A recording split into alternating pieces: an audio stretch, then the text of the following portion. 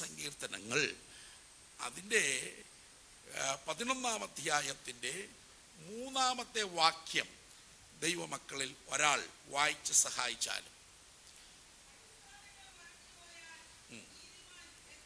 ഒരു ചോദ്യമാണ്, അടിസ്ഥാനങ്ങൾ മറിഞ്ഞു പോയാൽ നീതിമാൻ എന്തു ചെയ്യും? അടിസ്ഥാനങ്ങൾ മറിഞ്ഞു പോയാൽ നീതിമാൻ എന്തു ചെയ്യും? BC 1000 ജീവിച്ചിരുന്ന നമ്മിൽ നിന്ന് 3000 കൊല്ലം മുമ്പ് ഉയർന്നൊരു ചോദ്യം. ഈ ചോദ്യകർത്താവ് ദാവീദ് എന്തു ചെയ്യും? പണ്ട് ഈ ചോദ്യം ഒരു സഭയിൽ ഒരു പാസ്റ്റർ തൊണ്ടകീറി നല്ല ശബ്ദത്തിൽ ചോദിച്ചപ്പം, മൈക്കൊന്നും ഇല്ലാത്ത, പണ്ട് ഈ അടുത്തിടയ്ക്കല്ലേ മൈക്കൊക്കെ വന്നത്, പണ്ട് ഉപദേശിമാർ പ്രസംഗിച്ച് പാട് വരും. പിന്നെ തൊണ്ട തെളിയാൻ വേണ്ടി ഈ പുതിയ ശിഷ്യന്മാരെ അരികിൽ നിർത്തി ഏറ്റു പ്രസംഗിപ്പിക്കും. അന്നേരം അവർക്കും തെളിയാൻ പറ്റും. പ്രധാന പ്രസംഗി മെല്ലെ പ്രസംഗിക്കും. മറ്റേ ഇറങ്ങിയ ഉടനെയുള്ള ആൾ ആ ശൗര്യത്തിൽ എന്തു ചെയ്യും? നല്ല ശബ്ദത്തിൽ. കേട്ടിട്ടില്ല ഏറ്റു പ്രസംഗം? പണ്ട് അങ്ങനെ ഒരു പ്രസംഗം രീതി നമ്മുടെ ഇടയിലുണ്ടായിരുന്നു. എന്നാൽ അന്നേരം ഒരു പ്രസംഗി ശബ്ദത്തിൽ ചോദിച്ചു, അടിസ്ഥാനങ്ങൾ മറിഞ്ഞു പോയാൽ നീതിമാൻ എന്തു ചെയ്യും? അവിടെ ഇരുന്ന ഒരു അപ്പച്ചൻ, ഈ അല്പം വചനമൊക്കെ അറിയുന്ന ആളാ, പുള്ളി പറഞ്ഞു എന്തും ചെയ്യുമെന്ന്. എന്തും ചെയ്യും. സത്യത്തിൽ അടിസ്ഥാനങ്ങൾ മറിഞ്ഞു പോയാൽ എന്തു ചെയ്യും? ചോദ്യമാണ്. ഞാൻ ആ ചോദ്യത്തിൻ്റെ ഉത്തരത്തിലേക്ക് പോകുന്നില്ല. ആ വാക്യത്തെ നേരെ അടിസ്ഥാനങ്ങൾ എന്ന ഒരു പ്രമേയത്തിൻ്റെ കീഴിൽ കൊണ്ടുവരാൻ ഇഷ്ടപ്പെടുകയാണ്. എന്തിനും ഒരടിസ്ഥാനമുണ്ട്. അടിസ്ഥാനം വേണം. ഈ മൈക്കിൻ്റെ സ്റ്റാൻഡ് ഇവിടെ നിൽക്കുന്നത്, അതിനൊരു സ്റ്റാൻഡ് തറയിലൊരു ബന്ധമുണ്ട്, അതുകൊണ്ടാണ് അത് നിൽക്കുന്നത്. ഈ മേശയ്ക്ക് 4 കാലുണ്ട്. ഈ പീഠവും ഔവണ്ണം തന്നെയാണ് ഇവിടെ നിൽക്കുന്നത്. ഈ ബിൽഡിംഗ് നിൽക്കുന്നതിന് ഒരടിസ്ഥാനമുണ്ട്. അടിസ്ഥാനമില്ലാത്ത ഒന്നിനും നിലനിൽപ്പില്ല. സ്തോത്രം. അടിസ്ഥാനമില്ലാത്ത ഒന്നിനും നിലനിൽപ്പില്ല, അത് എന്തായാലും. ആകയാൽ പുതിയ നിയമത്തിലെ ഒരു പ്രധാനപ്പെട്ട അടിസ്ഥാനത്തിലേക്ക് ഞാൻ ശ്രദ്ധ കൊണ്ടുവരുന്നു. ഈ വാക്യം മറിക്കാതെ നീതിമാൻ എന്ത് ചെയ്യുമെന്നല്ലേ ചോദ്യം. ഇന്നിവിടെ കൂടി വന്നിരിക്കുന്ന നാമൊക്കെ നീതിമാന്മാർ ആക്കപ്പെട്ടവരാണ്. നമ്മുടെ നീതിയാലല്ല, കൃപയാൽ നീതീകരിക്കപ്പെട്ടവരാണ്.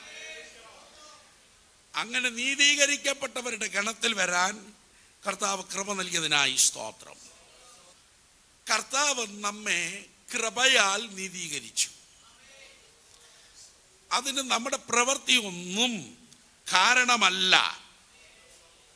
കൃപയാൽ നീതീകരിച്ചു.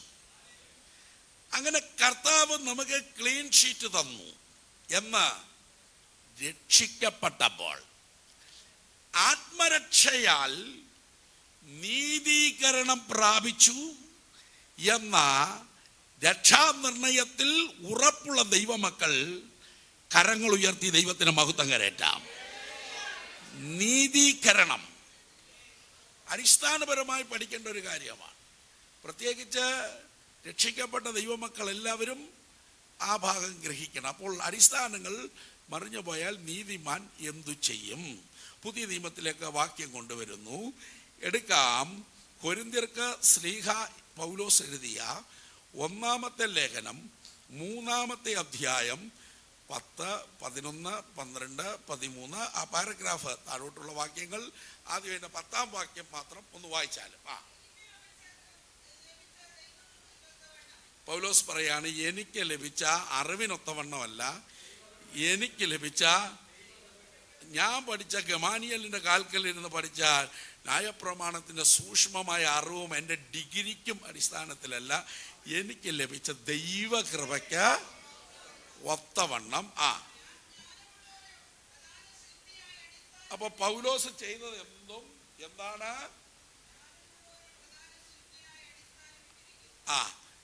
പൗലോസ് ചെയ്തത് എല്ലാം തനിക്ക് ലഭിച്ച ദൈവകൃപയ്ക്കൊത്തവണ്ണമാണ്.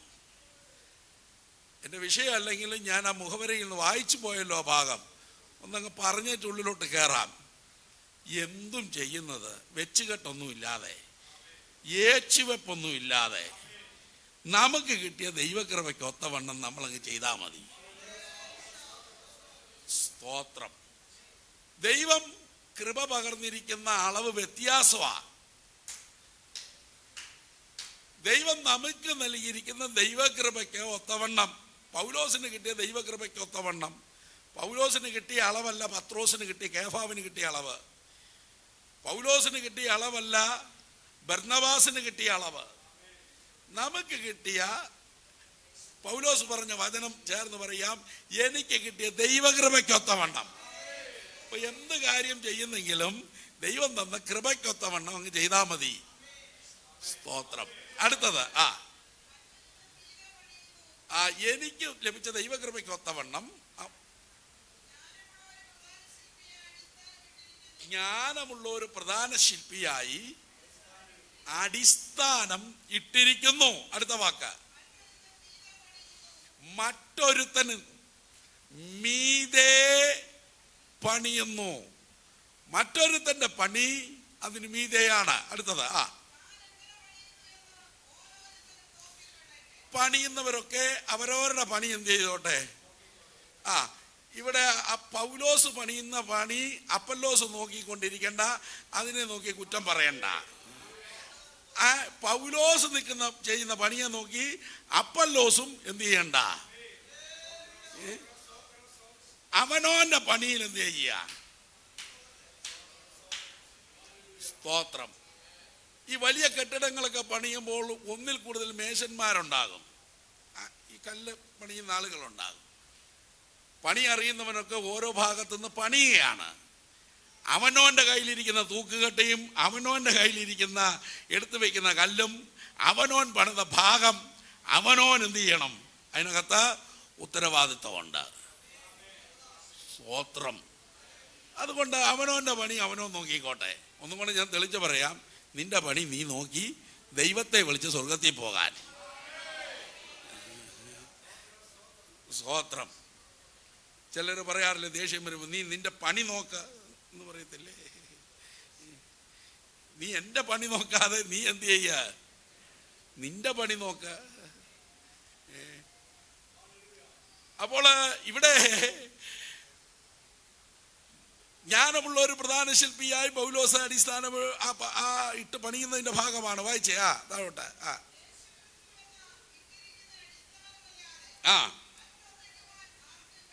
പണിക്കാരെത്ര പേരുണ്ടേലും ഇതിന് ഒറ്റ അടിസ്ഥാനമേ ഉള്ളൂ. ആ അടിസ്ഥാനം യേശുക്രിസ്തു എന്ന അടിസ്ഥാനമാണ്. പണിയുന്നവർക്കെല്ലാം ക്രിസ്തു എന്ന അടിസ്ഥാനത്തിന്മേൽ പണിയണം. യേശുക്രിസ്തു എന്ന അടിസ്ഥാനമല്ലാതെ വേറൊരു അടിസ്ഥാനം ഇടാൻ കഴിയില്ല. അപ്പോൾ നമ്മുടെ ക്രിസ്തീയ ജീവിതത്തിന്റെ അടിസ്ഥാനം യേശുക്രിസ്തുവാണ്. അപ്പോസ്തോലികവും കാതോലികവും ശ്ലൈകികവുമായിരിക്കുന്ന ദൈവസഭ എന്ന ഈ ജീവസ്ഥാപനത്തിന്റെ അടിസ്ഥാനം യേശുക്രിസ്തുവാണ്. യേശുവെന്ന അടിസ്ഥാനം ആശയവനിലത്രേ. യേശുവെന്ന അടിസ്ഥാനം ആശയവനിലത്രേ. ആശ്വാസത്തിൻ പൂർണ്ണത യേശുവിൽ കണ്ടേ. ആശ്വാസത്തിൻ യേശുവിൽ. നമ്മുടെ അടിസ്ഥാനം ക്രിസ്തുവാണ്. കഴിഞ്ഞ വെള്ളിയാഴ്ചയും നാം പാടിയതുപോലെ എൻ്റെ അടിസ്ഥാനം അത് ക്രിസ്തുവിൽ ഉണ്ട് സമാധാനം എനിക്ക് ഈ പാറയിൽ എന്ന് വീണാകൽ പാടിയതുപോലെ. സ്തോത്രം. നമ്മുടെ അടിസ്ഥാനം ക്രിസ്തുവാണ്. യേശുക്രിസ്തു അടിസ്ഥാനമായിട്ടില്ലാതെയുള്ള പണികൾ ഏതൊക്കെയായാലും ആ പണികൾക്ക് വലിയ ആയുസ്സില്ല. മണലിന്മേൽ വീട് പണിതവന് സമാനമാണ്. ഒരടിസ്ഥാനമില്ല. പാറ തെളിച്ച പാറമേൽ അടിസ്ഥാനം വിട്ട് ഒരുത്തൻ പണി തുടങ്ങിയപ്പോൾ ഒരുത്തൻ കുറച്ചും കൂടെ എളുപ്പമാണ് പണി. കാര്യം മണലൊന്നും വാരിക്കൊണ്ട് വരണ്ടല്ലോ, മണൽപ്പുറത്ത് തന്നെ എന്ത് ചെയ്യാം, നമുക്ക് അവിടെ തന്നെ ഡ്രന്ന് പണി തീരുക. നോക്കിയപ്പം സ്തോത്രം. അപ്പോൾ അവനോട് ചോദിച്ചു, ഇത് മണലേലല്ല, ഇത് പുതിയ ടെക്നോളജിയാണെന്നാണ് പറഞ്ഞത്. ഇത് ഇപ്പോൾ ഇറങ്ങുന്ന ന്യൂജൻ ടെക്നോളജിയാ. നോക്കിയപ്പോണ്ട് പണി വേഗത്തിൽ തീരുക. അങ്ങനൊക്കെ പണിത് വെച്ചേക്കുന്ന പലതും കേരളത്തിലുണ്ട്. ഇവിടെ നിന്നുകൊണ്ടൊരു കാര്യം പറയുന്നു, കാറ്റ് വരുന്നുണ്ട്, മഴക്കോൾ കയറിയിട്ടുണ്ട്, അന്തരീക്ഷം മാറുന്നേ, അന്നേരം ഇവൻ ആദി ഉണ്ടാകും. എന്നാല് യേശു അടിസ്ഥാനമായുള്ളവന് ആദിയില്ല. സന്തോഷത്തോട് സ്തോത്രം ചെയ്യാം. ഹല്ലേലൂയ. കാരണം ഏതെല്ലാം പ്രതിബന്ധങ്ങൾ വന്നാലും, ഏതെല്ലാം പ്രതിസന്ധികൾ വന്നാലും, ഏതെല്ലാം ശക്തമായ പ്രഹരം വന്നാലും എന്നെ പിടിച്ചു നിർത്തുന്ന ബലമുള്ളൊരു പാറ, ആ പാറ ക്രിസ്തു തന്നെ. സന്തോഷത്തോടെ ദൈവത്തിന് മഹത്വം കരേറ്റാം. വരുന്ന ഒരാഴ്ചയിൽ ക്രിസ്ത്യ ജീവിതം നയിക്കാൻ പോകുന്ന ദൈവ പൈതൽ, പ്രതിസന്ധിയുടെ നടുവിൽ നീ ഇളകിപ്പോകാതിരിപ്പാൻ